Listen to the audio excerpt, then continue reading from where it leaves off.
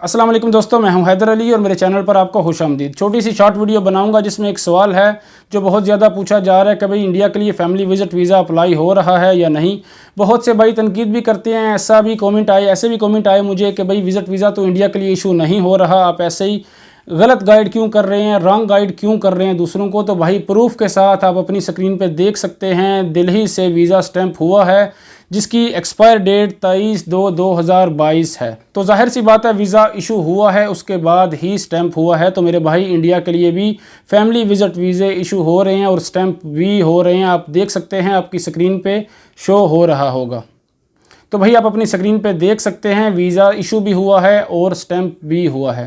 तो उम्मीद है आपको डिटेल से समझ आ गई होगी। वीडियो अच्छी लगी हो तो वीडियो को लाइक कर दें, शेयर करें। अल्लाह ताला सब भाइयों को बहनों को अपने हिफ्ज़-ए-मान में रखे। अल्लाह हाफिज़।